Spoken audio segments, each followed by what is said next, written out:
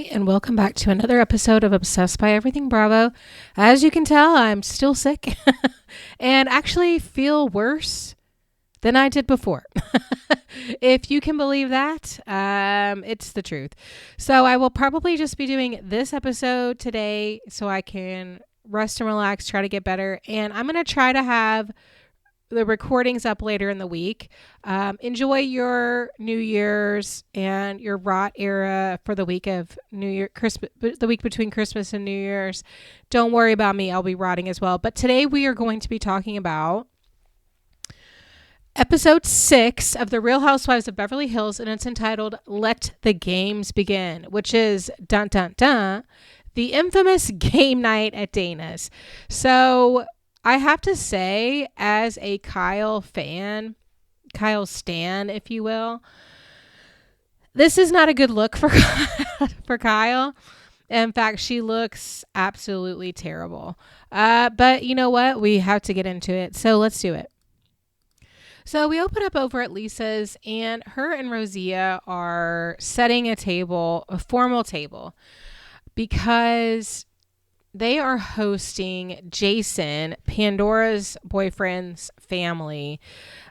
Jason and Pandora just went on a trip to New York City, and his parents are in town for some reason. And so they are going to be hosting a dinner party for them, essentially. I think it's interesting in these first few episodes that Lisa's filming a lot of separate stuff. Like, Adrian's going out to lunch with people. Taylor's never by herself. Kyle is always with someone, but Lisa's kind of off on her own. She didn't go to the barbecue because she was doing the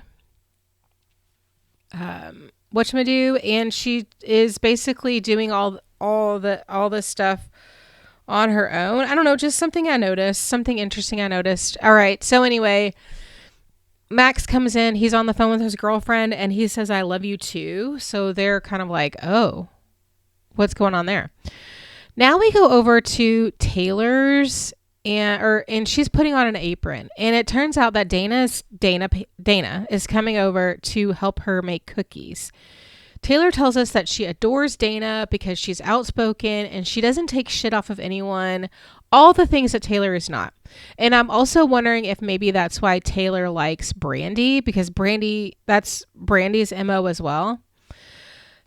And Taylor asks how Dana's doing, and Dana says, she's trying to get over the barbecue because she was really upset at some of the stuff that Brandi had to say about her husband or fiance or whatever. And Taylor says, that was crazy. Brandi was really in a weird mood. And Dana says, Brandi says the cock word, and that was totally inappropriate for a kid's party. And Taylor's like, I haven't seen that side of her.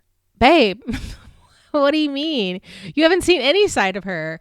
You met her at a party. You went out to lunch with her once, and then you saw her at this barbecue. You don't know her. Like, what do you mean you haven't seen this side of her? I don't know. It's very weird. So then Taylor asks about game night, and Dana's like, thank you so much for offering for me to host. For me, hosting is like my kryptonite. I hate hosting, and mostly it's because I don't want to clean my house. Like, I don't actually mind doing the other stuff. I don't want to clean. I don't want to make sure my bathroom that my 14-year-old son uses mostly is like spick and spam. Do you know what I'm saying? Like, the toilet is always a little bit gross, and at least we're to the point where he's not peeing on the floor. It's just like, you know what I mean? It's like, I'll just do a cursory wipe down as my normal day to day, but like, I don't want to be scrubbing, right? You know what I'm saying? And so that's why I don't like hosting. Maybe like in the future, like, when he's an adult and can pee in the toilet like a normal person, clean up after himself a little bit, not splash water everywhere, so to where I'm wiping down the walls constantly, I'll like to host. But the thought of like being like, thank you for letting me host, I would be like, thank you for, never mind. No, we just won't have that party. And Oh my God. I just totally read that wrong. No. She thanks Dana for offering to host. Taylor thanks Dana because she says that she's just having a hard time and she wants to be a guest instead of hosting. Now, here's where this gets hard because Taylor very clearly has a black eye in this scene, and I've never noticed this before, and I've never been looking for this before, but she very clearly has a black eye, and she keeps like trying to put her hair over it, and it very obviously has makeup over it, and it's disturbing. And Dana is just trying to go on as if nothing's happening. It's very strange. Obviously, like, I was totally oblivious because I've never noticed it before, but I don't know how because it's like super obvious, but it's so awkward and it's so just makes me feel so icky. I feel so bad for Taylor sometimes. I don't know. It's just weird. And Taylor there's no mention of it. It's just like something I noticed, right? Taylor tells us that Dana is an incredible event planner and she's even planned parties for the Grammys. And I'm thinking, did she plan the Grammys or just a party? Like somebody had a Grammy party at their house, because like I've been to an Oscars party before, or so, I don't know if it was Oscars, but it was like, I mean, you just like got dressed up, went to somebody's house, watched it on TV. Is this what we're talking about? It didn't take a lot of planning. Anyway, and Dana says that she's just going to do desserts and alcohol and over the top decor, and that's it. Okay. Then Kyle goes to lunch with Adrian, and Adrian's like, oh, I've been busy. And Kyle's like, yeah, I've been moving and I want to have people over, but I don't actually have a dining room table right now because I couldn't find one that I like. So I just had one made custom. Okay. God, I wish I had that kind of money. Like, oh, I couldn't find anything I liked. I just made it custom. I'm sure it's $20,000. Adrian asked Kyle what she thinks of Brandi, and Kyle's like, well, she's entertaining, but I can tell she's not a girl's girl. And the words she chooses to use are not words that I would use. And Kyle says that it was weird how Brandi thought that everyone was referring to her as a slut because they were rolling their eyes at her.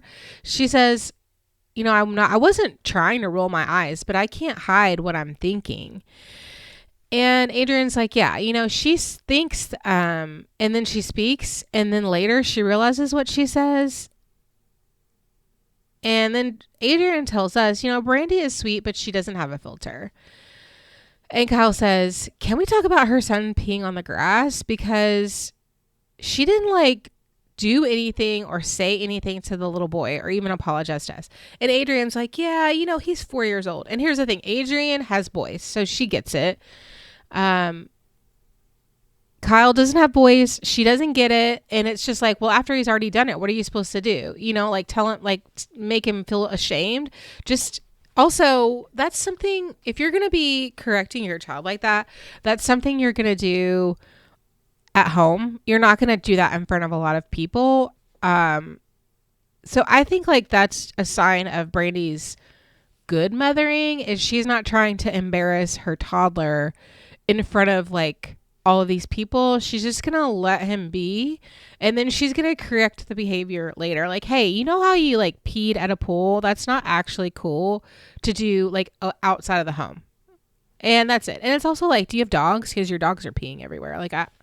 As a boy mom, I don't get why Kyle thought this was the worst thing that ever happened. But, whatever. This becomes the biggest deal. We're going to be talking about this forever. So Adrian's like, well, he's 4 years old. Just give it some time. And then Kyle asks about her Sacramento trip with Kim. Or she asked Adrian about the Sacramento trip, and Adrian's like, well, Kim went with us. I don't know if she told you. And she's like, we had a good time, but I was actually a little worried because we were supposed to leave at a certain time, and we had to wait on Kim for quite a while because the electricity went out, and Paul was getting very annoyed, and he thought that maybe she sounded like she was wasted. Okay, let's put a pin in this. Sorry, every time I have to pause like that, it's because I have to blow my nose. Like, I can just hear myself getting nasally. Okay, so Adrian is telling Kyle that she feels like her and Paul thought that Kim was wasted. Now, Adrian's telling Kyle this. Who else is she telling is the question. I just want to put a pin in this for a little bit because I think that this explains stuff that happens later. Okay. So Kyle says, you know what? Kim doesn't let me know everything that goes on in her life. And so I just never know what Kim I'm going to get. And then Kyle asked if she seemed okay when she finally got there. And Adrian says that Kim was acting a little odd. It was hard to understand her because she just rambles and talks and talks and talks. And Kyle confirms, you know what? That's actually her normal.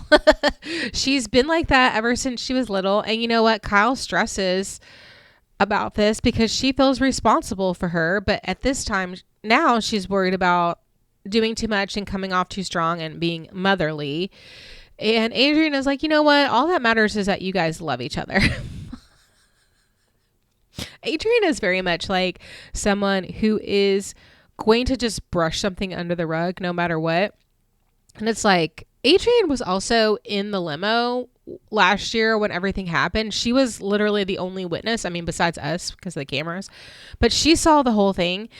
And it's just like, Adrian, actually, it doesn't matter that they love each other. Like that is really like toxic thinking because Kyle outed Kim's alcoholism on national television. That's like kind of a big deal. And, like I understand why Kyle did that because it's very difficult to live with an alcoholic. And I feel like, I've said this before and I'll say it again. I feel like it was a mistake for them to come on the show and try to hide the alcoholism. That had to have been stressful. Like hiding it had to be so stressful. And I think Kyle had just reached her breaking point at that point. And she was just like, I can't live like this anymore. The truth has to come out. And it just kind of word vomited out of her. I don't think her intention was like to out her sister's alcoholism or to embarrass her sister on national television. I think that the stress of trying to shoot a show and hide this big secret from the nation, especially because like at the time, Kathy Hilton was like a name, but it was really associated with like Paris Hilton. Paris was the one who was famous, and then it would go to Kim, right? Because Kim was a Disney child star. And we're talking about like, was she a A-list celebrity? No, she wasn't. But I feel like you knew who she was. Like it was kind of like in the back of your mind. It was like, oh yeah, I know her. So Kyle was never reached that level of fame at that time. Now, of course, she's a household name at my home. I don't know how other people perceive her, but she's very famous now. Kyle is.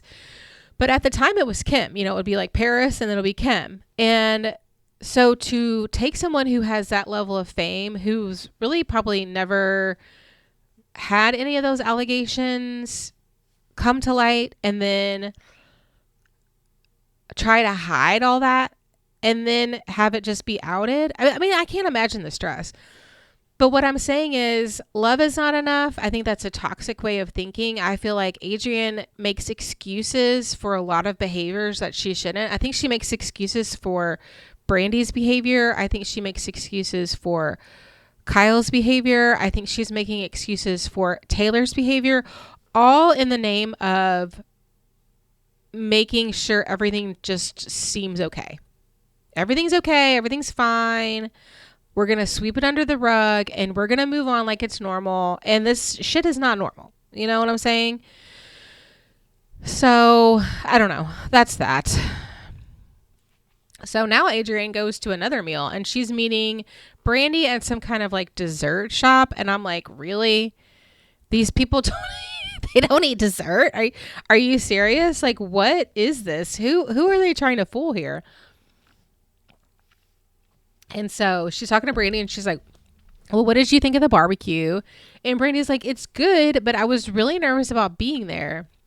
And Adrienne is like, oh, it's always like that when you're one of the new girls around a group of people that already know each other. Brandi says she felt judged on her parenting skills, but she understands that the joke that she made to Dana was inappropriate. Adrienne says, look, you just need some thick skin. No, she needs to, if she wants to survive this trial, she needs to not say inappropriate jokes. I mean, that's just it. Whatever. That's fine. And Brandi says, you know what? Nobody messes with you, though. And Adrienne is like, no, people do. It's just like, people are just like envious of me. And it's like, yeah, babe, you're a billionaire with a B, you know, like, I feel like and I think this is where her and Lisa Vanderpump's issues come from, because really no one does have a problem with Adrienne. She has a problem with Lisa Vanderpump. So I'm just wondering like where that stems from. It has to stem from something.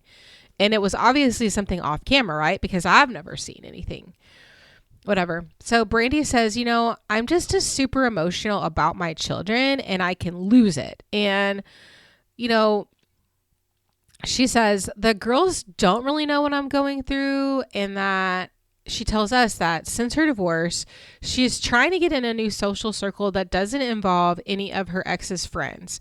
And she's appreciating that Adrienne is helping her out and brought her into the new social circle.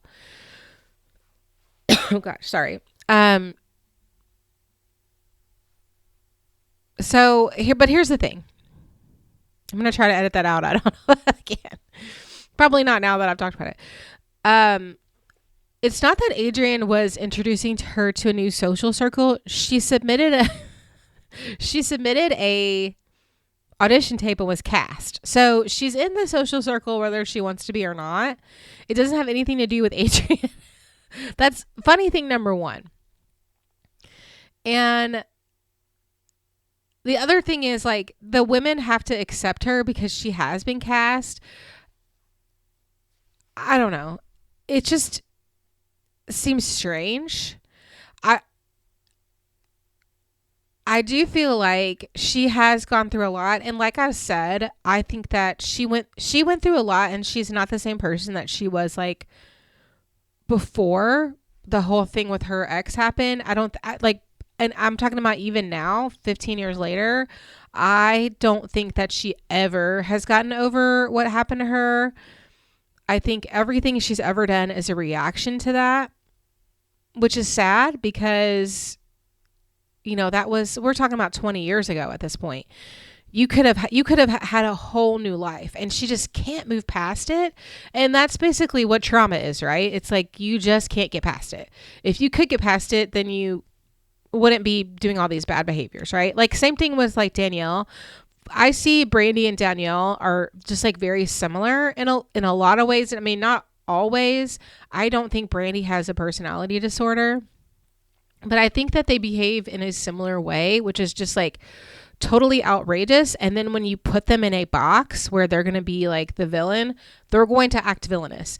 Kenya Moore, same thing. I feel like she's almost the exact same thing as Danielle, except for she's more palatable in a certain way. Danielle was just like so off-putting to me. I feel like I just remember her sitting there on that couch and she was like, she just looked like a spider getting ready to just like jump across the room. The way that her body language was, it was so bizarre. But I lost my train of thought. But the thing is like they react. If you put them in a box, they're gonna, it's like self-fulfilling prophecy, except for it's just not self-fulfilling. It's like you think I'm a bitch. Guess what? I'm a bigger bitch than you could ever think of, right? That's the kind of mentality. Or like, you think I'm a slut. Guess what? I'm gonna fuck all your friends. That is how Brandi acts. It's like her reaction to stuff is like over the top, unnecessary, and feeds into exactly what she thinks you think of her. And I think that is where the whole "you guys think I'm a slut" comes from. Like that she's trying to put herself in a box that she thinks they think, but none of them thought that. You know what I mean? So it seems like bizarre, but it might also just be like something that maybe her ex has said, and so she just responds that way. I can't speak to. I can only tell you what's on the show, right? And what's on the show and what's in the media. But anyway, it's just interesting how, you know, Adrienne is basically this girl's only friend. She's starting to get to know Taylor a little bit. But again, Taylor doesn't know her. They've seen each other 3 times. But I think Taylor's like willing to play the game. I think underneath of it all, Taylor is a nice person. Is she manipulative? Yes. I think she's going through a lot and that we don't really know about.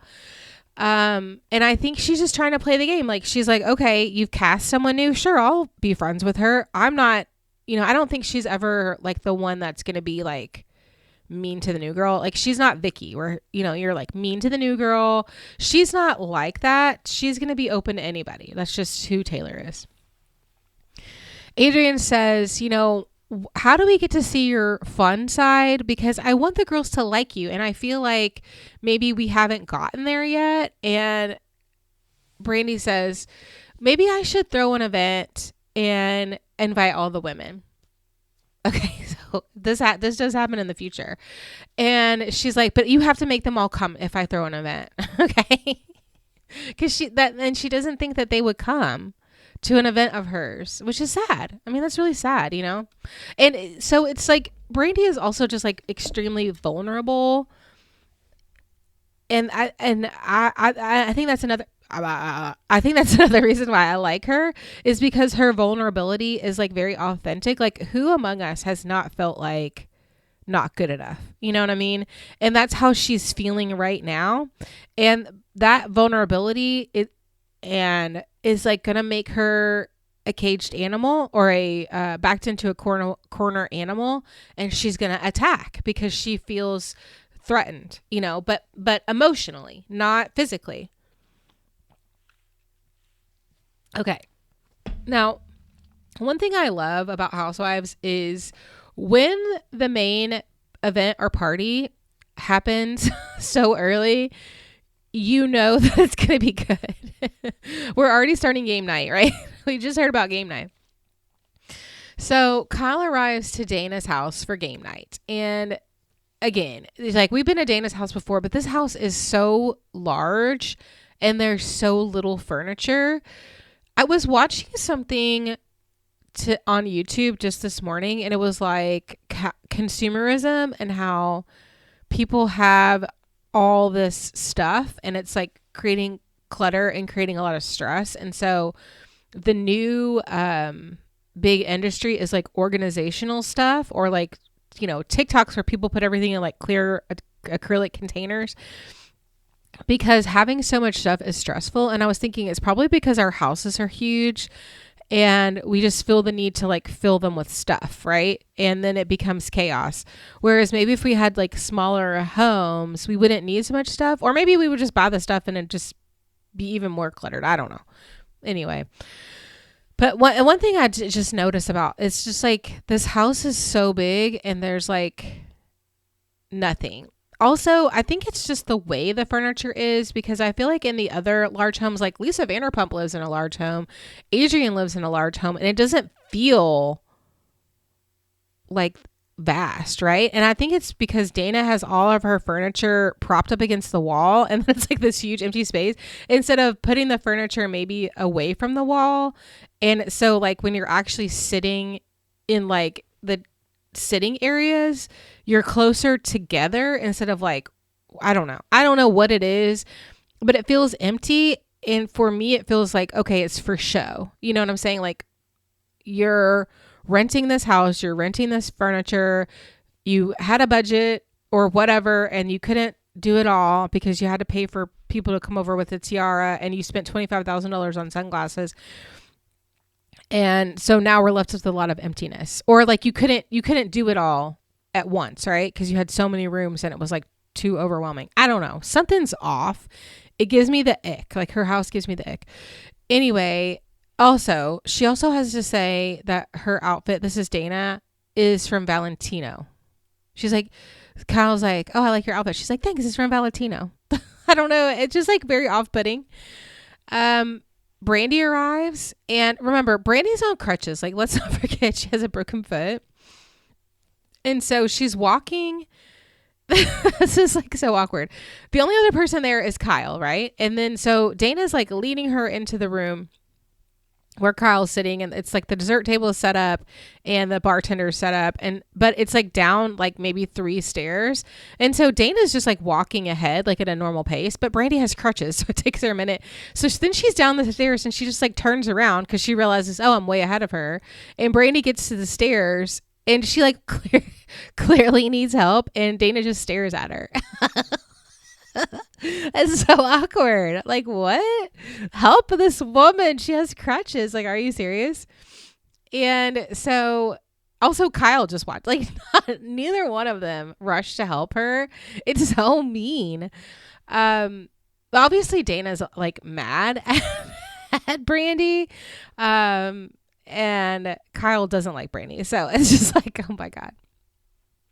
Dana leaves to go get something, and then she's like walking across the bare floor, and she's like, oh, I can barely walk in these Fendis. Babe, stop name dropping. It's so weird. And then it's just Kyle and Brandi alone, and they're just like, Brandi tells us the air is thick and she's uncomfortable, and she's hoping that Adrian gets here soon. Finally, Camille arrives, and Kyle goes, I've never been so happy to see Camille. Camille tells us that when you walk in, there's hardly any furniture. And what's going on here? She says, for a party planner, I would have expected like a table to sit at, but it was just like a few desserts and breadsticks. Like there was no fancy table. There wasn't seats. It was just like desserts, which Dana did say, I'm just going to have dessert. So I don't know if she put that on the invitation, because literally everybody is hungry and they're like, where's the food? Taylor arrives, and then Adrian calls and she's like, I'm so sorry. I won't be able to make it tonight. And now Brandi is like, oh, she has knots in her stomach. Okay, so now Kim shows up, and Kim has not met either of these people because she didn't go to Kyle's party and she didn't go to Adrian's barbecue. Okay, so this is Kim's first meeting of Dana and Brandi. So Dana opens the door, and then she's like, are you Kim? And she's like, yeah. Are you Pam? And Dana's like, no, I'm Dana, but you can call me Pam if you want to. And they hug, which is strange. I don't know. So everyone comes in to say hi to her. Like they're so, because they're like, oh, finally Kim's here. So now we can actually start game night. They were just like waiting for her. And Kim sees Brandi and she says, wow, all these people are new people. And then she's like, Kyle, come into the bathroom with me. I need to do my makeup because I was trying to do it in the car. So this is like the second time that she's not ready for, like, camera ready for an event. It seems strange because it's also like she doesn't work. Like, where were you at? And Kyle says when Kim walked in, she seemed tired and disheveled. Okay. Kyle is saying this.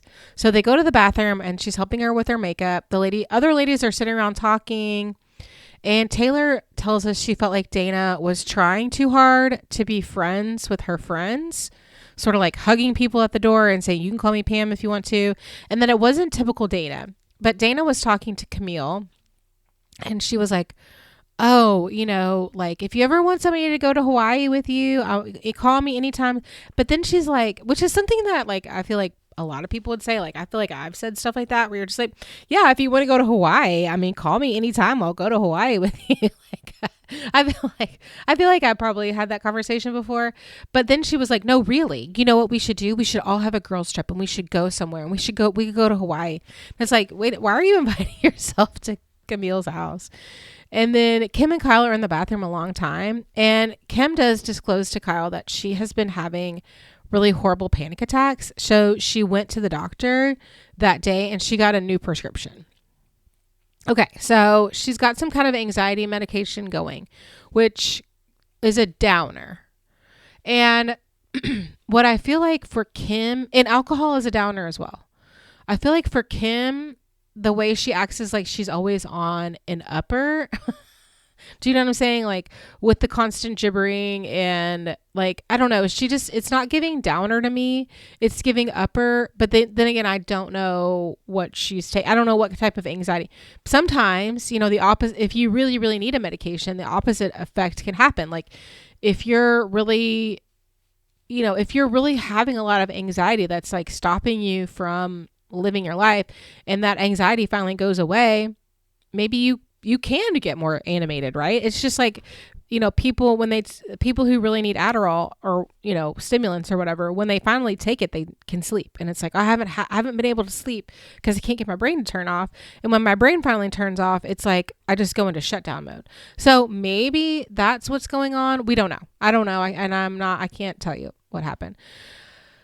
Kyle tells us that she didn't want to go to a heavy place talking about Kim's anxiety disorders with all the girls were like outside. So she just tried to like move on and kind of want to talk about it later.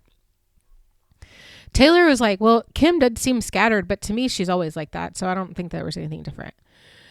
Now we jump over to Lisa, who's not at this event either, which is interesting. So her and Adrian are not at this event. So just remember that for the future.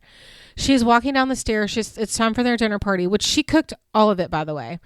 Martin shows up and then Jason's parents and then Pandora and Jason. And Lisa says she would really like for the two of them to commit it to each other, but they're going to do whatever they want to do. And she's just going to have to wait another 5 years, which I'm guessing is how long they've been dating. And then I want to remind everybody that Jason likes to do pretend like toast or like pretend proposals. And he did that at a dinner party last year and he's getting ready to do that again. He says he wants to propose a toast. And it's just like reminding everybody of what he did. He's done this multiple times, not on camera, but we know that. And he says, don't worry, I'm not going to propose because I already have. It's really sweet. And the moms are so happy. Lisa's crying. She's giving hugs. She's talking about it in her confessional and she's crying. And Pandora says that her one request for the wedding is to have Jiggy walk her down the aisle, or like not walk her down the aisle, but like walk down the aisle. And here's another strange moment. So everybody's happy and they're all kind of talking about this. A strange moment that it was interesting that mirrored Adrian, but it was a totally different outcome. So do you remember at the very first episode when Adrian and Paul had the dinner party and Adrian wanted to give a speech and then Paul wanted to give a toast, and Adrian's like, you can't give a toast because you're going to ruin my toast. And it like became this bickering back and forth until finally everybody at the rest of the table was like, can you stop? Well, this happened here and Lisa made a toast and then Kim gets up to make a toast and Lisa's like, no, you can't make a toast. You're going to be too mushy and you're going to make everybody cry. And so she's like, sit down, don't say anything. And he goes, you spoiled my speech and I'll never say anything again. And he's joking and everybody laughs. And it's just like so different because you can tell in that moment when Lisa told him, don't say anything, he was like, I can't believe that. And then he thought better of it and was like, yeah, she's probably right. I'll just make a joke of it. And maybe they'll have words like later, but it was just like so interesting because it was literally the exact same thing happened, but everybody handled it a lot differently. And the outcome was different because everybody laughed instead of just sitting around awkwardly giving each other eyeballs the whole time. So that's it for Lisa. I think maybe I even put those two things together. Like maybe two things together. So we're going back to the game night. Okay, so we're going back to Dana's house. And then Kim keeps calling her Dana Pam, which is why I accidentally just called her that. And Dana's like, you know what? You can call me whatever you want. She tells Kim, she's like, you're such a sweetheart and I'm going to have your back always. which is such a weird thing to somebody that you literally just met. So Kyle is just like eyeing this, but Kim tells us that Dana went out of her way to make her feel comfortable in her home in a place that maybe she wasn't feeling comfortable because she doesn't really know her that well. And so it was nice to be appreciated. So now Kim goes to the bathroom again, and all the other ladies go in the room to sit where they're going to be playing the games, right? So Brandi kind of leans over to Taylor and she's like, are Kim and Kyle okay? And she tells us in a confessional, look, I used to be a model in the 90s in New York City, and I've had my fair share of people who were I've had my fair share of interactions with people who were on drugs. It was obvious something was going on, and the whole room was trying to pretend like it doesn't happen. Now, let's go back to what we put a pin in earlier about how Adrienne and Paul both thought that Kim was maybe on something at the Sacramento trip, right? So who is Brandi closest to here? It's Adrienne. So I almost 1000% can imagine Adrienne saying, yeah, we had a great trip to Sacramento, but I think Kim was on something. And then Brandi picks that up or heard that and is now rolling this into this night where Kim she keeps going to the bathroom. She goes to the bathroom like 10 times that we see. This is going to happen over and over. I mean, it hasn't happened yet, but it's weird because they're literally waiting. Everybody is having to wait on Kim. So it's noticeable, right? Because they're supposed to be playing games. If like Adrienne had shown up, there would have been an odd number of people, but there's an even number of people. So they have to wait on Kim to play the games. So now we go to commercial break. We come back. Everybody is in the room. Dana is sorting people into teams. Now, okay, this is crucial. This is like the crux of things that happen. So she puts Brandi with Kim and Kyle. That's her first mistake. She should have broken up Kim and Kyle. And then Kim's like, don't you mean you want Kim, Kyle, and Taylor? And then Kim like literally throws a fit and she's like, it's taken me all year to get used to these people. I don't want to play with somebody I don't know. And they're playing some form of charades but it's like guess a celebrity. And so it's like, it'll be like someone who was, I don't know, who's born in England and owns restaurants, and somebody be like Lisa Vanderpump, you know what I'm saying? So that would be like what they're playing. I don't know what the game is. And Camille tells us that once they started playing the games, it started to be fun, but it seemed like Kim and Kyle were playing with each other and they were only really making references that each other would know. So they'd be like, oh, I was in, this movie with this person in 1979. And then they'd be like, oh, I know that, that's Jamie Lee Curtis, or whatever. So it was kind of weird, and it was obviously,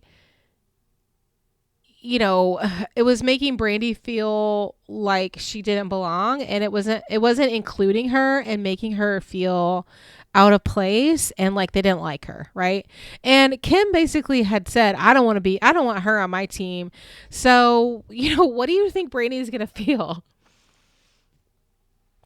And then Brandi calls Dana Pam. And Dana's like, you can't call me that. Only Kim can call me that. And you can't do that.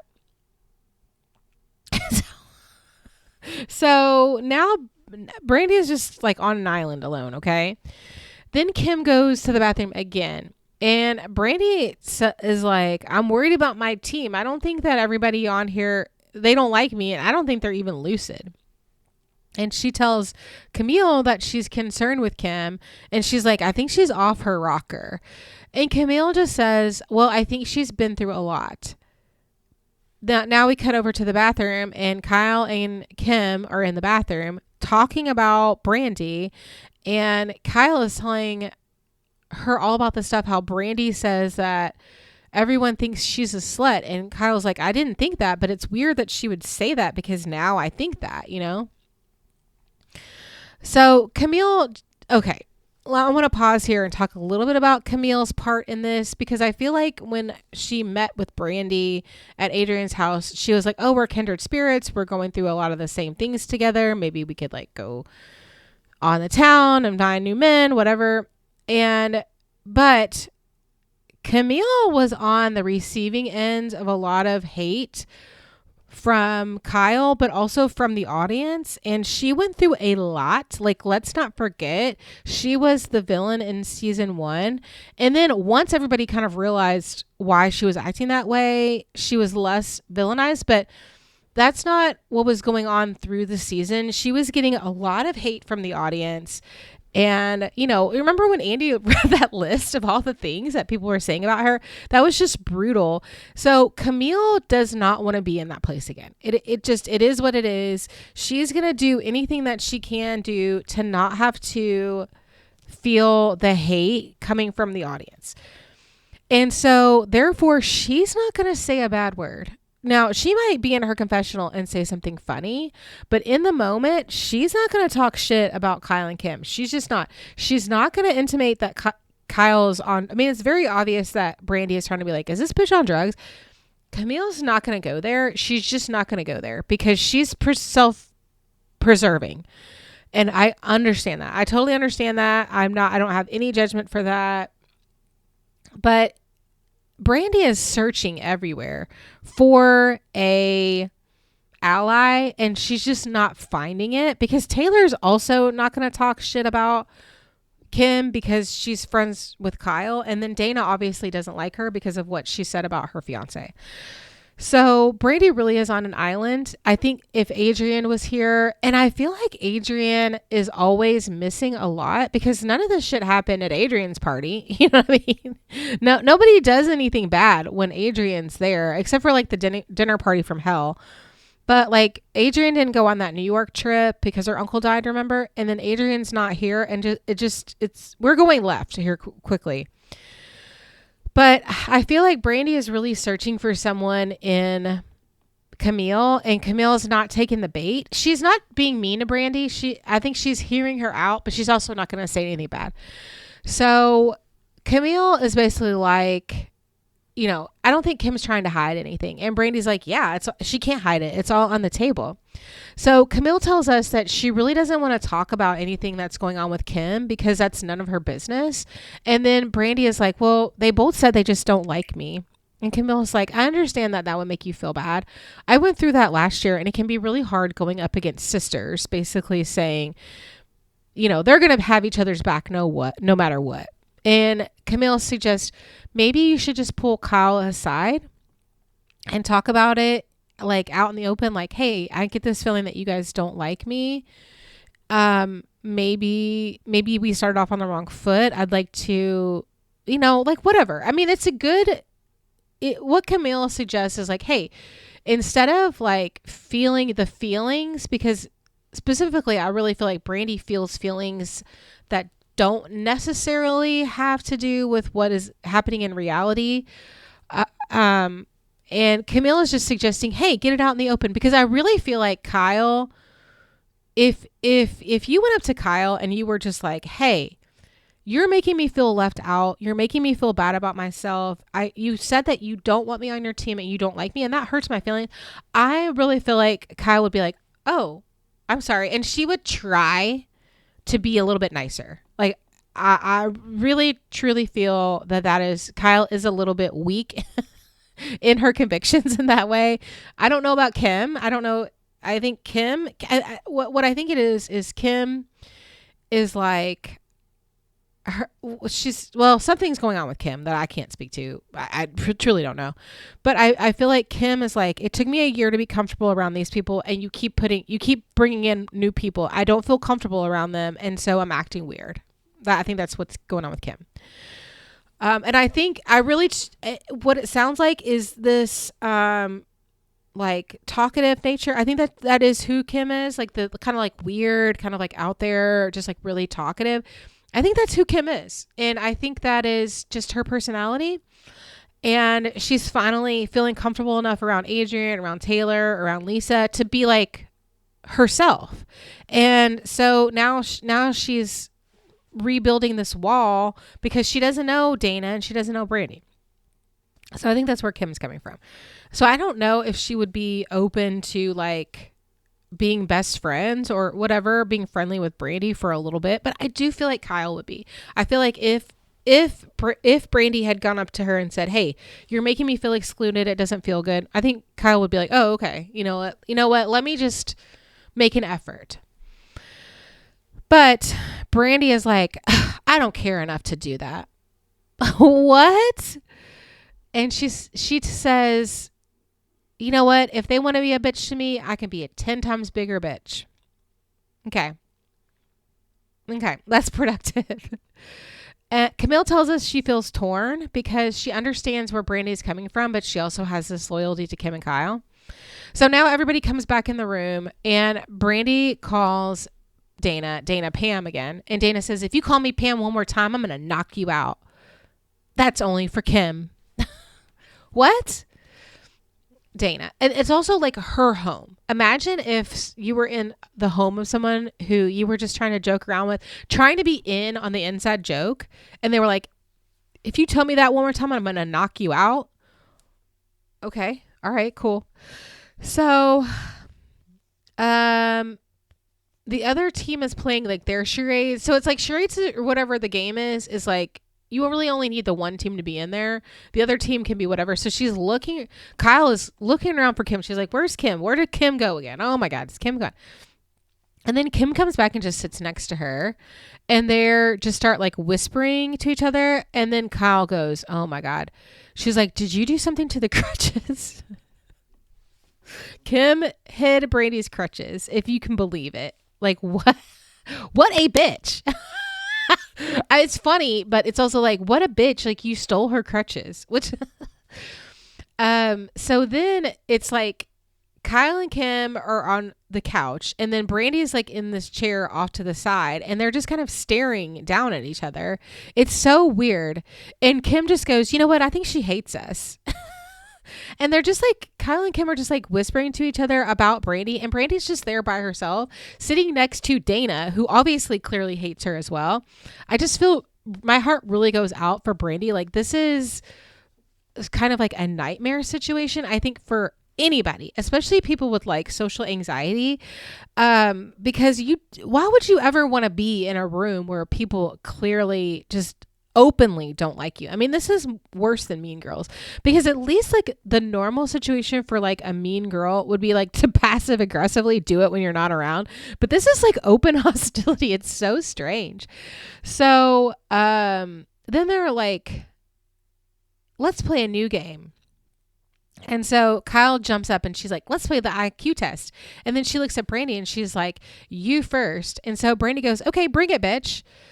Just like that, which is like, I think let's take a moment to dissect women calling each other bitches, because I do feel like Kyle and Brandi come from two different sets of places. I feel like Kyle is coming from, she wants to be, but she's not, from like old money, social etiquette, like high society. This is where Kyle's wheelhouse is, or where she would like to be, right?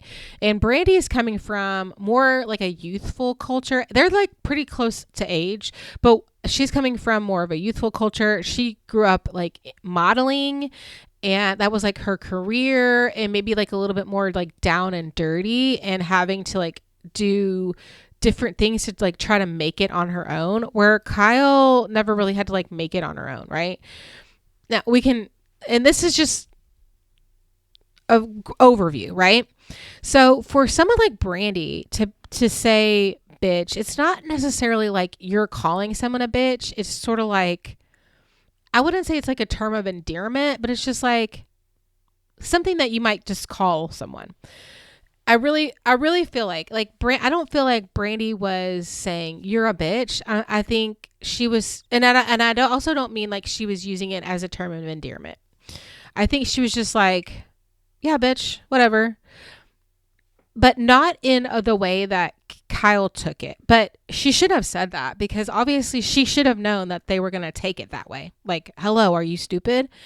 But so then Kyle is like, "Are you calling me a bitch?"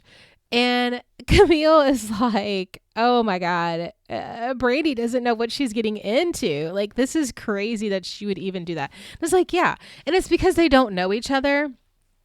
And the other thing is like Brandi never gave it. Brandi took this in the wrong direction. Brandi really could have come out on top of this because, and we haven't even got to where we're going yet. This is just the beginning. But if Brandi was being attacked, she was being victimized in no uncertain terms. They were being so mean to her openly. Brandi could have sat there meekly, quietly, took it all, maybe cried, and everyone would have felt sorry for her and they would have been on her side. But she didn't do that. And that's what I was saying before. She comes from this really super vulnerable place and she's like an animal in a corner. And if you attack her emotionally, not physically, we're not, none of this is physical, right? If you attack her emotionally, she's going to lash out. And this is what she did because she's in this trauma. She's just stuck in this trauma of whatever Eddie did to her. And so if somebody attacks her, even in like just these little petty, stupid ways, she's going to attack. And that's exactly what happened. So we go to commercial break, we come back, and then Brandi's like, you're talking about an IQ test and you're talking to me as if you don't, basically like, you don't think I'm smart. Are you kidding? You're such a bitch. And Kyle was like, it was a joke. So Camille jumps up and she's like, look, let's not get into this. We're supposed to be having fun. We're just playing games. So then Brandi tells Kim that, so they're like kind of talking, right? So Kim's talking and she's like, how dare you call my sister a bitch?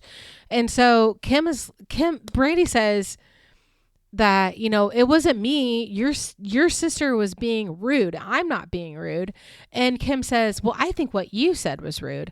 And Brandi says, you said me first as if like I'm a blonde. And that's a bitchy thing to say. And then literally everybody else in the room is like, we're all blondes. No, y'all are bottle blondes. Let's get that straight. And then Dana, who's sitting with Taylor, like they're kind of out of it. And she's like, Kyle, she's mean. I don't like it. Make it stop. Babe, this is your house. If you don't like it, kick her out, first of all. But also, this is like feeding into this mean girlness. So then Kim says, I don't like her. And she just like turns around and goes to the bathroom again, I guess. At this point, Camille has left. I don't know where she's gone. And she tells us that Kyle and Kim were being catty and they were really being mean girls. And she just like needed to like escape. And Brandi says, she's like, you guys said 10 times earlier that you don't like me and you don't want me in your team. Maybe you don't remember because you've been in the bathroom too many times. And Kyle and Kim are both like, what do you mean? Excuse me? And Brandi goes, excuse you what? How many times have you been in the bathroom tonight? And they both round on her. They were going to sit, they were walking back to sit down, and Brandy's like in this chair the whole time, right? She's got a broken foot. She can't stand up and walk around. So they had turned around and they were going to go sit. Camille left, right? And then they in sync both turn around on her and they're like, excuse me? And Brandi goes, excuse you what? How many, they both round on her, and then Kyle goes, you don't know what you're talking about. You don't know what you're talking about. And then at the same time, Kim goes, you are a goddamn bitch. And Brandi says, bring it. So Kyle says, you're pathetic. Okay. So I hope you're watching this on video because I'm doing my impressions. And Brandi goes, I'm pathetic. And Kim goes, at least I'm not the one wearing cutoff shorts that show my ass. So this is where that like high society versus like lower society come in. This is like kind of where they're coming from. And Brandi goes, it's cute, so it's fine. And Kim goes, it's not cute when you're running around like a little hoe. So then Brandi says, color me a slut. And Kyle's like, you have a real thing about that, by the way. Are you paranoid? And Brandi says, I'm not paranoid. I am a slut. Weird. Okay. But I feel like I've already explained like where her mindset is here. And Kyle goes, well, that's very clear, by the way. And Brandi goes, so is everything else tonight. And Kyle goes, what's that? And Brandi's like, your sister's out of her fucking mind. And then both of them get up again. Like they've sat down at some point and they get up again. And Kim goes, you watch your mouth. And Kyle's like, she's not wasted. And then they pan over to Taylor and she's getting like really upset. And she is like kind of cowering in her chair with Dana Pam. And Kim just goes, you're not even worth my breath. You're disgusting. And that's the end. Okay. Now we will open the next episode with we haven't got to the worst parts yet. So we'll open up the next episode with that. I'm sorry to leave you on a cliffhanger, but I just want to like maybe touch on a few things. So, nobody really likes Brandi. Taylor's trying to get to know Brandi. Camille feels a little bit of a kinship with Brandi, and Brandi is Adrian's friend, right? But Kyle doesn't like how Brandi used the word cock. She thinks she's just like a little uncouth, I guess. And Dana's mad because Brandi said her fiance had girls like in every city. So they go to this party. Adrian is not there. Brandi's on an island alone. They schedule or they organize the groups to be like people that don't like Brandi, and they're open about it and they're mean to her. And now Brandi is attacking. Okay. And she brings up the slut thing again, which is like so strange because I don't think anybody has said that she's slutty or acts slutty or whatever. So it's very strange, but that's where we are. So they're attacking each other, and I like what I will say is Kyle and Kim were very much in the wrong here. They were being mean girls, and they were isolating Brandi and making her feel bad, hiding her crutch, which is crazy. But I think Brandi handled this badly. I think this could have all been a lot differently if she'd acted differently. But, you know, what are you going to do? Thank you guys so much for joining me. I'm sorry I sound gross and I'm like coughing and sneezing and doing whatever. I'm trying to pause it so I don't do it on camera, but it is what it is. If you liked the episode, don't forget to leave a rating review. Leave me a comment. Send me a comment. I'd love to hear your thoughts, and we will see you in the next one. Bye.